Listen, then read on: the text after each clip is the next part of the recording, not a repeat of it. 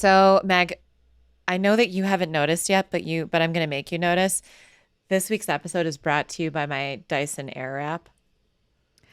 I'm still trying to get them to sponsor us because my hair just looks freaking phenomenal. Um, Yeah. Yeah. Well, for most of people that are listening to this, Saira's hair looks very curly and very voluptuous. I well, love if using they that word. click on our YouTube channel and you can see exactly what the results of the Dyson Airwrap look like. You know what I'm saying? Like this Hmm. looks like a blowout to me. Like this is like blowout level quality, which No, is it's just really so pretty. not me, right? So is the wrap, is it that thing I keep seeing on TikTok where they like you wrap your hair around something, or is it It like it's yeah, yes. So it's like you like a hold piece it of near your fabric? head. You hold it No. near your head and it the air is circulating in a circular motion. So it literally Wow. takes my hair and wraps it for me. Wow. Yeah, it's real cool. So speaking of people that are incredibly interesting and intelligent and also extremely beautiful by chance, let's talk about our guest this week, interviewing the incredible Nicole Behnam, who we had the opportunity to meet at Bitcoin 2021 last year. It was one of those moments where I was like, this Bitcoin 2021 is wasted on me, because we were given like media passes because we're media apparently. And we're led back into, like stardom of this corner of like stardom of people that were very well dressed, that were very intelligent. I was very happy I had a cocktail in my hand because I was a little intimidated. But the conversation we had with Nicole, I think, went on for quite some time, because she's one, a riot, two, brilliant, and three, just, overall a homie. She's like one of our homies now, I feel. 100%. Like I feel like the influencer piece just kind of came naturally to her because she has done such an incredible job, like not only building her brand, but building all kinds of stuff for other people. So tell me a little bit about Nicole and her background. So she is the founder and CEO of Beyond the Interview, which is her own media company. But she has done a wide array of different things within media and journalism, including working for places like the Los Angeles Business Journal, the Hollywood Reporter, Riot New Media Group, and then obviously this company that she runs herself, which is the Beyond the Interview company. So long and lengthy background in journalism and just like a really cool force to be reckoned with because she also knows all of the other major influencers in the space and has really built an interesting brand for herself, both from a marketing perspective and frankly as a human being. So I am so pumped to share this interview with everyone. Megan, are you ready? Yeah, let's get into it. Let's do it.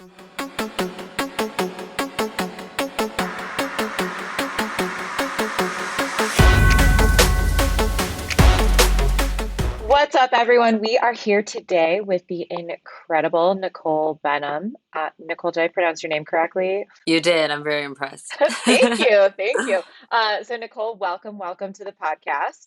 Thank you for having me. Finally. I know, honestly, I think we met you, what? Was it like a year and a half ago? No, it was like 8 months ago or something. Does it feel like 5 years ago? Like, I feel like so much time has passed.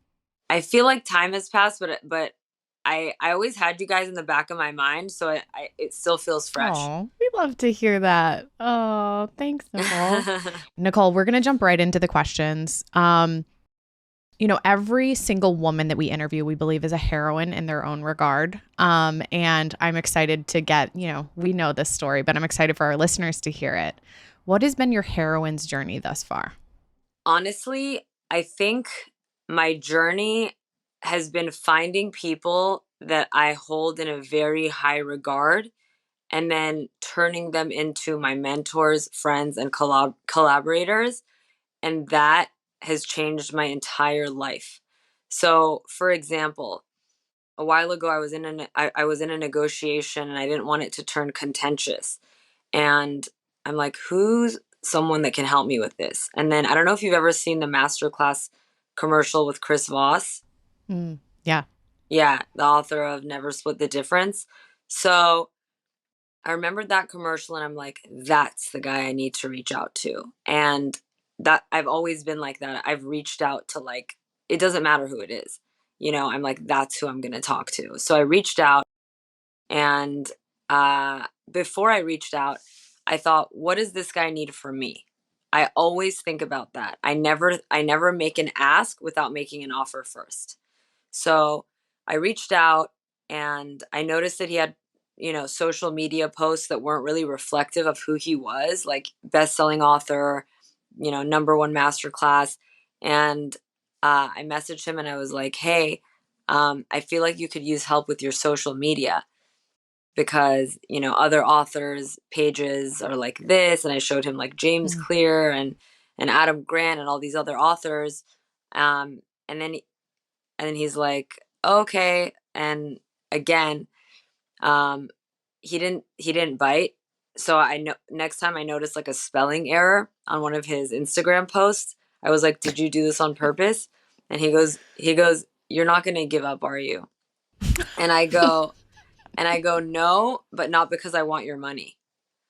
And so he's like, okay, I'm interested in hearing what you have to say. We get on a call and we talk and, I explained to him all the ways I can help him. And he goes, okay, and what is it that you want? And I was like, well, I'm in a negotiation right now and I'm sure I can't afford you. He's like, I don't know, something like 10,000 an hour. And I was like, but I can help you with your social media in exchange. So we agreed 2 weeks for uh 2 weeks of my social media help for his help with my negotiation. And I did his social media and everything went well and we kept in touch. And then I kept doing his social media because honestly it was fun for me. Like I'm a copywriter, journalist. Like it was fun interacting with him and creating the posts. Really nice guy. And then I got on an app called Clubhouse. And because I had that relationship, I told him, hey, why don't you come on this app? It's becoming very popular and it's something we could try. And we did our first show. 6,500 people were there, including like most of the Andreessen Horowitz team. Grant Cardone came, a bunch. Jared Leto was there in the Wow. audience. It was like a huge thing. And he's like, wow, this is really cool. And we kept doing it. And so I grew with him. And then later I'd always get advice from him. And finally I was like, you're pretty much my mentor. And he's like, yeah, you could say that. And I literally name dropped him everywhere because for a while I felt like I wasn't getting the respect that I wanted because my background is like Hollywood. And I just felt like people didn't take me seriously as like an entrepreneur, a little bit as an interviewer. I'd get taken seriously because of the outlets I was working for, but not really Mm. as myself. And so once I had him, I felt really confident. And so, I'd meet a ton of people on Clubhouse. I give Clubhouse a lot of credit because there were some really brilliant people on there that I met. And without that app during the pandemic, I wouldn't have met these people. So Eric Weinstein, another one. Naval Ravikant, another one. So I met Naval on Clubhouse and he has been such an influential figure in my life, especially when it comes to money.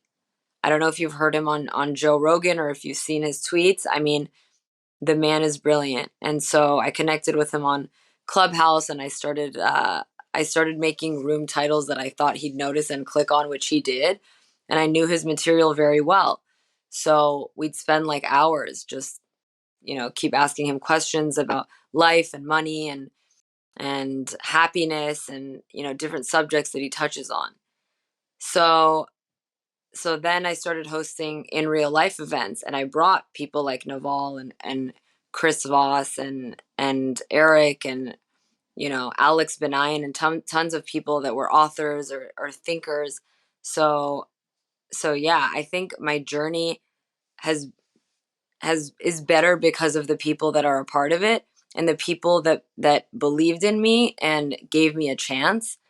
And I think when you have that, you're going to be exponentially more successful. So my heroine's journey was that and not doing anything alone. And also, I just want to pride you on this for a second. Like, I don't think you were ever intimidated that any of these people like had big names or anything like that. You're like, you have a skill. I have a skill. You're a human. I'm a human. Let's make a connection and let's be better together. Like Yeah, that's it's amazing. that's a really good point. Yeah, I think knowing what you're good at and knowing what you're worth and sticking by that and being really confident about it makes all the difference. Um, because whether people believe in you or not, if you just believe in yourself, they'll eventually believe in you. You know what I mean? It depends how confident you are.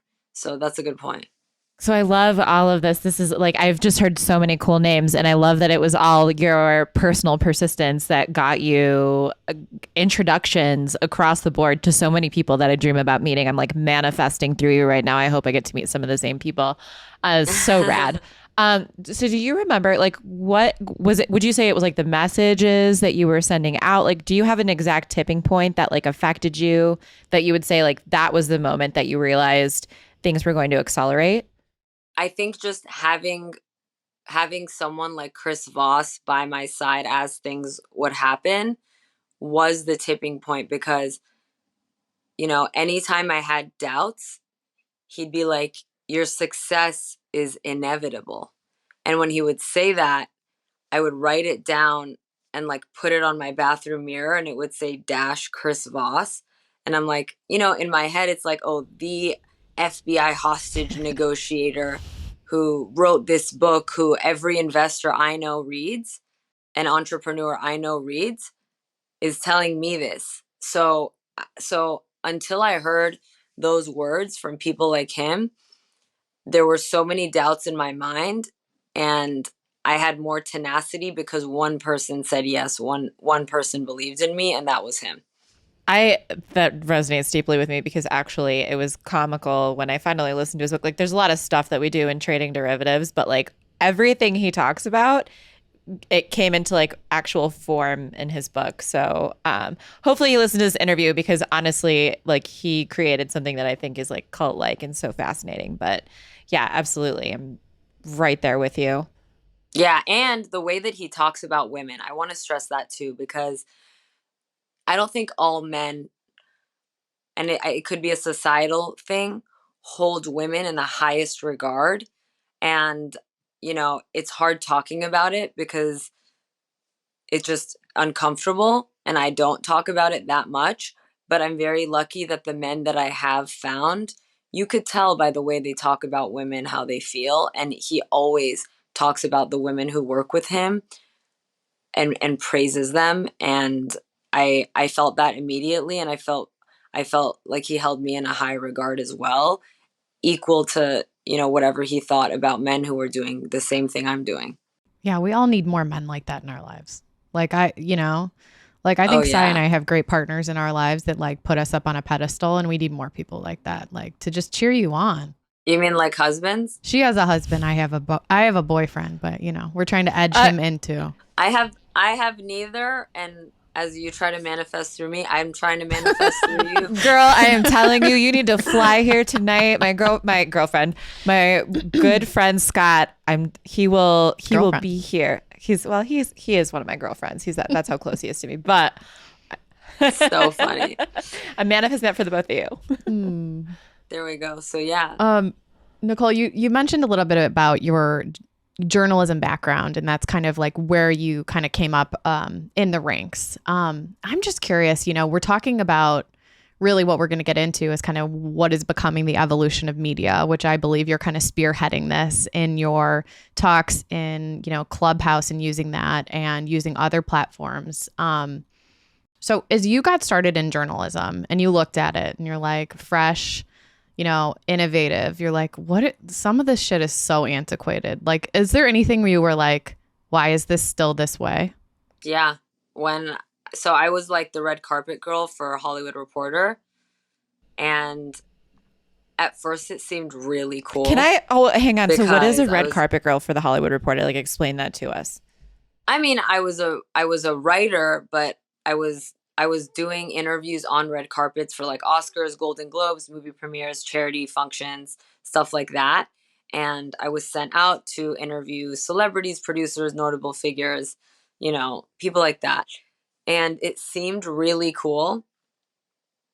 However, After a while, I noticed that I wasn't allowed to ask very deep questions. Like there were always publicists who would like lightly grab my arm and be like, "Hey, we're not talking about that." And it's like, I don't, I found it really hard to have conversations with people who weren't able to be fully open and honest because they were so concerned about what other people thought of them. Mm. You know what I mean? So it's like, what am I going to go there and talk about? After a while, it's like, what kinds of interviews did I want to be doing? And I realized, and we see this in podcasts, that's why podcasts do so well. I want to do interviews where people have significant insight and perspective. And you either get that from personal experience or field expertise. You know what I'm saying? So, you could talk to like a drug addict who quit cold turkey and, went through rehab and turned their life around and started a family. And that person has, you know, if not more expertise than the psychologist who evaluated them. And I realized that that's who I want to talk to because those kinds of people will change the world. Everyone has problems, everyone's suffering through something. And I want to talk about people who have emerged after tough situations, who can give insight and perspective to other people who are suffering in similar fashions. So I realized that very early. I think a lot of people can attest to, you go to college, you get a degree, you have an idea of what the job's going to be, and then you actually go and do it. And they try to put you in a box. And you came from, college where they're like, think outside of the box, do something different, push it, push it, push it. And then you're just put at the bottom of the totem pole and you're told to behave in certain ways. And, a lot of people just stay there and they're super unhappy. But I think more and more these days, we're starting to see people break out of those boxes and just try to do something different because they're sick of the bullshit. Yeah, that's a really good point. I think also for a while I was, and look, it's great. It's good to be grateful Of for, course. I was grateful for the jobs that I had, but I never thought beyond that for a while. I was like, okay, well, how do I get a promotion or a raise or something like that where it's like, okay, so what am I really, or I'm going from 60,000 to 70,000 and then I'm watching um my peers make so much more money. And I never thought I could do something on my own and charge what I'm making now until, again, Chris Voss was the one who told me, he's like, look, you could raise your price and some people won't pay it, but you'll find one or two that do. And that'll make all the difference. And no one had ever talked to me like that. People were always like, well, maybe you should say this to your boss or do. No one ever made me feel like I could do something on my own, really. I didn't know how to sell. I didn't know how to do so many things. Um, but yeah, what was the question? I feel like I went off on a No, we're tangent. having a conversation. I think Yeah. it's totally righteous. I mean, what I'm gonna say, just to piggyback off what you're saying, is like, I grew up with, my parents are both boomers, and they said, hey, you get this job, you grind it, you stay at the same job for 30 years, and that's what you do. And I was always the one to be like, but why? And they were like, Megan, please. And I'm like, but why? you know and it's Yeah. hard, and it's especially hard as women to try to be like, I deserve to be paid more. you know Yeah. I don't know. I Yeah. feel that on a deep Yeah. level. I could go on about this all day, but I digress. Oh, I could go on and on. And that's why I do tell women, of course, it's so good to have your girlfriends, but I tell my friends, find a man who's going to support you and tell you how to think like them because Mm. I don't think we've been trained that way. No, I'm seriously like I think society feeds women scarcity mentality. Like not enough men, not enough jobs, be catty, be jealous. Like that's what I've seen. And I hate saying that and I hate even admitting that I was ever a part of that. But I wanted to think and operate the way a man did in business. So I had to surround myself with those kinds of people. One of my partners in our metaverse marketing agency is this guy Rembrandt Flores, who was like one of the biggest events and PR people in Los Angeles in the Hollywood world. And I remember before we even started working together, I told him about an opportunity where someone was offering me 5,000 a month to be an advisor to their NFT project. And I was so excited. And you know what he said to me? He goes, 5,000 a month? He's like, you're huge. You should be getting paid 25,000 a month for Ooh, I something like that. love that. And you know what he said? He goes, put me in touch with them. I want to talk to them. And you know what he did? He raised it to 25,000. And I didn't know how to do that for myself on my own. And he told me, you know why you don't have the things that you want? And I said, why? And he goes, because you don't believe that you deserve it. And I was just like, my God, maybe I don't. And maybe all of us don't. And I think, men come with a different attitude. Oh. So yeah, I mean, it's things like this that, and I don't go on podcasts a lot. I'm just starting to realize that I should. So I'm like so excited that I'm doing this with you guys, but I never talk about stuff like this openly. And I'm just starting to, and I think everyone can relate. Like Megan, everything that you said about your parents, like I relate to you so much because my mom, ever since I was young, wanted me to be a pharmacist. She's like, it's such a good job. You can get pregnant and then go back after you've delivered the baby. Like, that's how she was thinking.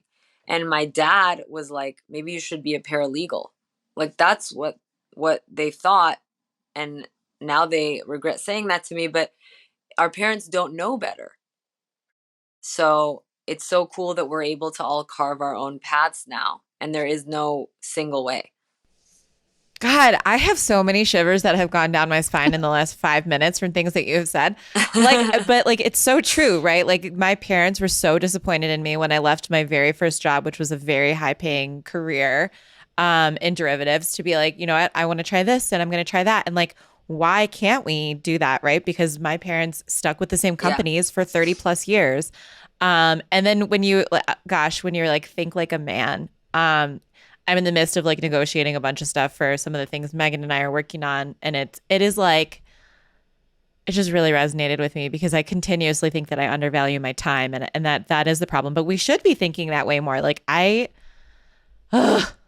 gosh, there's so many things just now that I could just extract from all of that. Thank you so much for sharing all of that with us.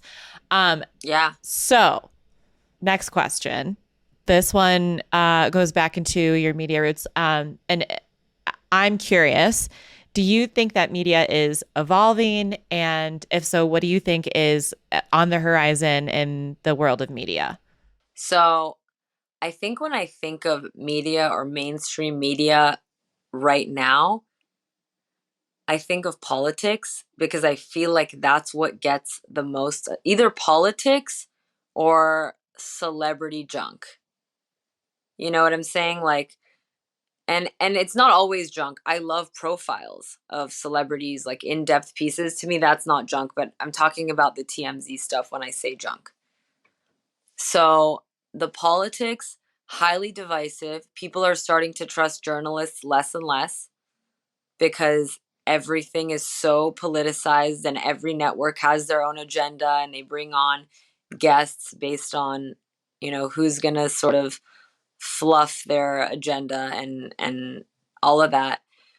Um, but I think people really want the truth and they feel misled.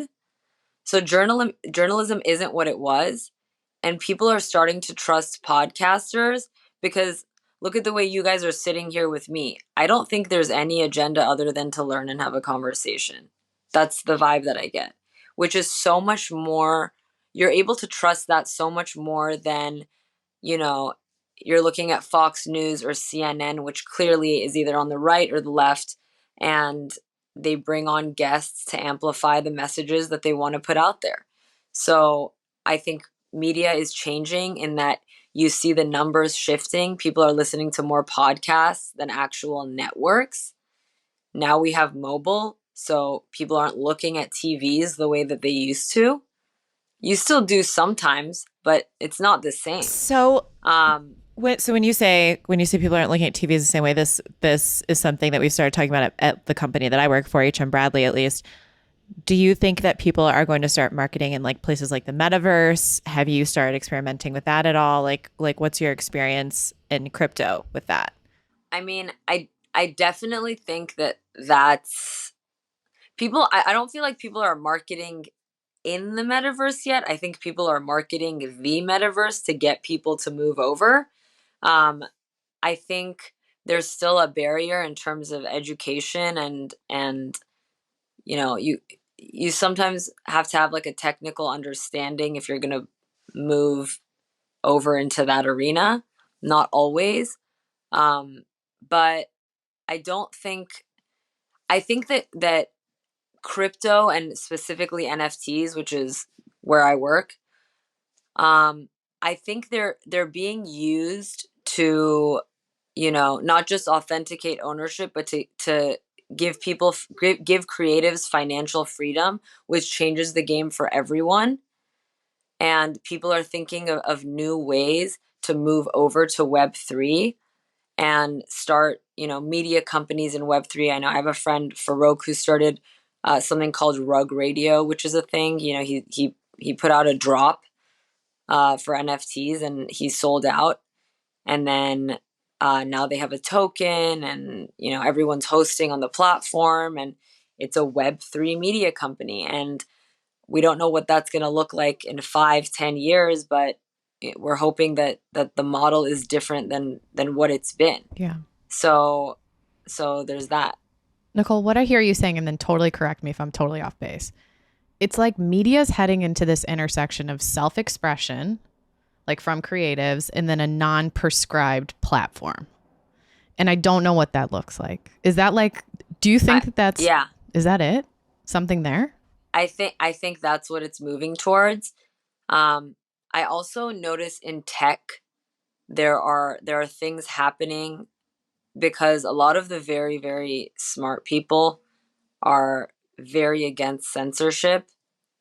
And for example, Peter Thiel, I found out about this like the day before through something called Hereticon, where he had speakers who have been censored on traditional media come and speak at a conference, and everyone flew in there, and they were subjects that would otherwise be censored on Twitter.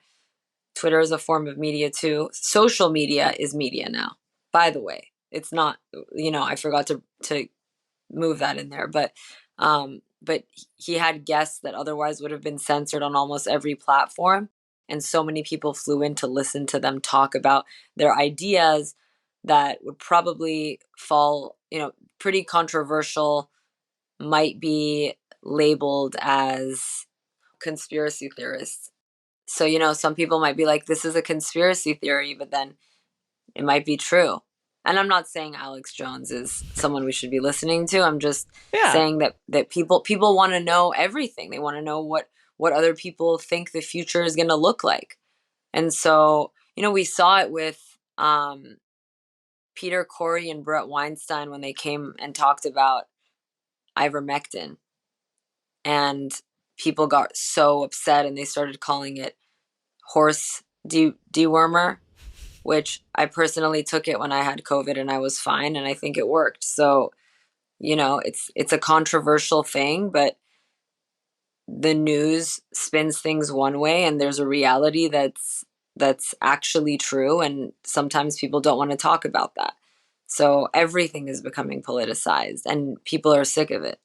It's something that my parents taught me growing up, right? It's like you have to be able to make well-informed decisions, but a lot of people don't like listening to both sides of the story. And sometimes you have to hear both sides of the story in order to make like a real educated decision. So, um, it's so interesting to hear you say that because you know, some people I'm like allergic to, some people I'm actually willing to listen to, but it's Yeah. it's tough to sort through things these days if you don't listen to everyone anymore though. Like if I don't hear what both sides of the story, I usually tend to be biased and not necessarily have an opinion that's rooted in facts. So I do love hearing that.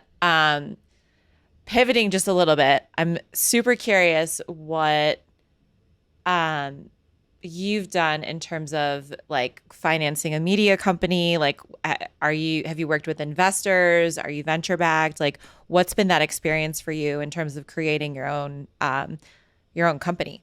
So no investors, not venture backed. But it wasn't a media company. I didn't even call it that. It was originally supposed to be an online magazine. And if you go to the website, that is what it was.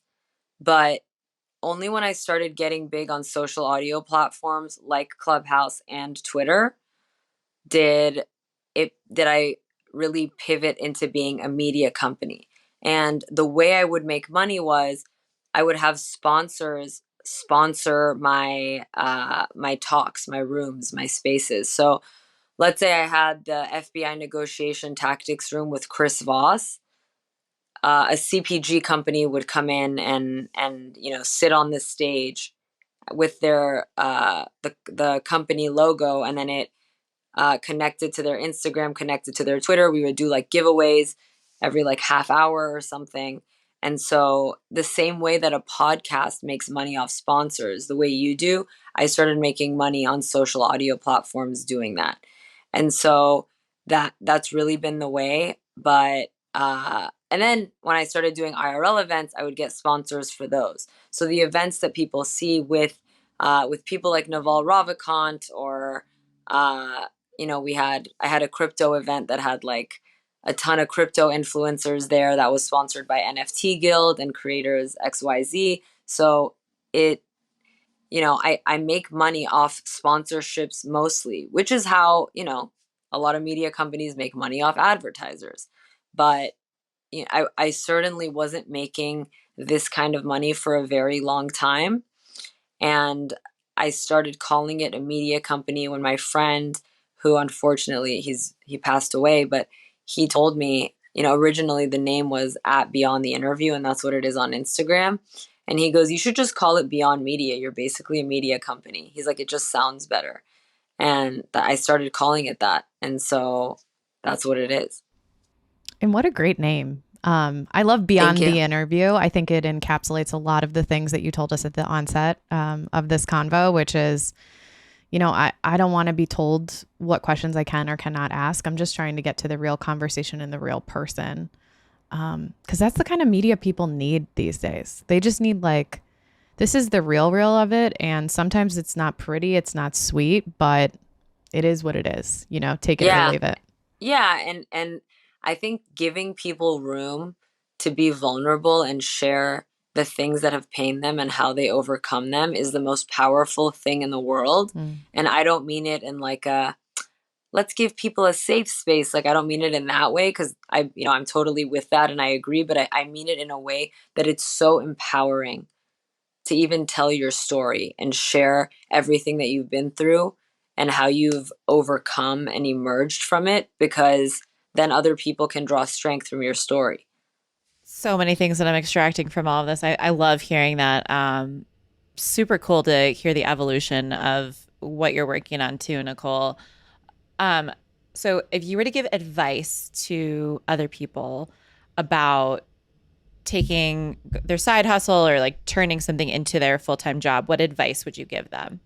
So, number one thing, I'd say find someone who's doing what you want to be doing or that has a company that's relatively similar and literally take notes, listen to podcasts that they've been on, and even reach out to them and find a way that you can be useful to them. We talked about this in the beginning, but if you don't if you don't come with your hand out, people are much more likely to be receptive because how many people come to you and ask for favors? That's almost everybody.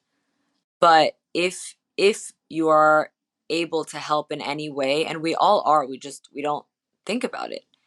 We all like, you have your skills, Megan, you have your skills, like, and they're different. They're different skill sets. You could probably help me with something very different than what Chris Voss can help me with, what Naval can help me with, and that's a beautiful thing. So really try to put yourself in the sphere with the right people.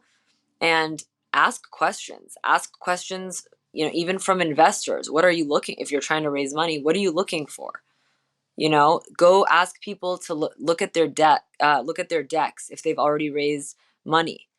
What did that look like? So stuff like that is probably the most helpful. Yeah, you're finding your new family, essentially, like a family of people to lift you up and put you on that pedestal and go Yeah. forward. And another thing, because your social life affects the way that you operate on a day-to-day basis also. So if there are people in your life that are constantly draining you or making you feel bad in any way, you have to put up boundaries and, slowly phase them out. I hate saying that, but I've talked to so many people who have kept, whether it's family members or friends in their lives that they felt highly indebted to. And, people pleasing is a real thing. So it's like a lot of people spend their time catering to others when they could be focusing on themselves and what they're building. So if there are people in your life that are making you feel like your attention is going to them too much, that's not healthy. So reconsider your social atmosphere. Nicole, I love that advice. And I think, that's a great way just to kind of wrap it up. But before we do that, I want to make sure to give our listeners a chance to reach out to you directly if they want to get advice or they want to mirror your career. So where can people find you? Okay. So on Twitter, I'm at Nicole Behnam. Will you have it written down? Oh, yeah. Okay. On Instagram, I'm at NICCCB. That's 3 C's. And what other platforms do people use, guys?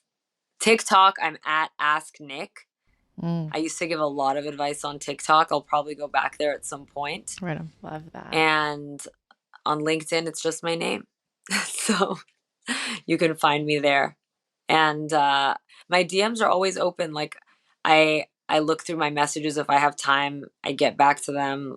I love meeting people. I love connecting with people.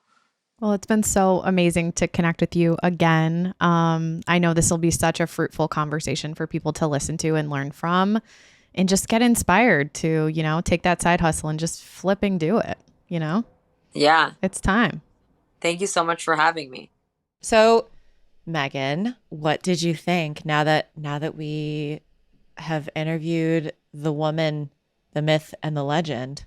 I had this idea for an interview like this at the onset of season 2, which I think I texted you because I was at the airport and I said, hey, we should talk about the evolution of media.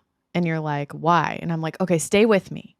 There's parking spaces dedicated to newscasters at the airport drop-off. I'm like, do you think that'll ever change? Do you think that'll be like influencers will be sitting there now? They'll be like right on, this is the media that's putting things forward and the evolution of it. Anyway, I love talking to her about it. I love her because she is so human and brings a human aspect to media that we all desperately need right now. Because so much stuff is politicized. So much stuff is filtered to us. You just kind of want to get all sides and you want to hear everything and then establish your own opinion. So obviously I'm very excited that we had this conversation with Nicole, and I hope we continue our relationship with her because I think, she's onward and upward from here when it comes to media. Yeah. There were so many things she said that were inspirational and are making me rethink things per usual. So I'm going to go take my little notebook and meditate on some of the stuff she said. All right. I'll ohm right alongside with you then. Ohm it up. Ohm it up. Love you. Love you. Bye. Bye.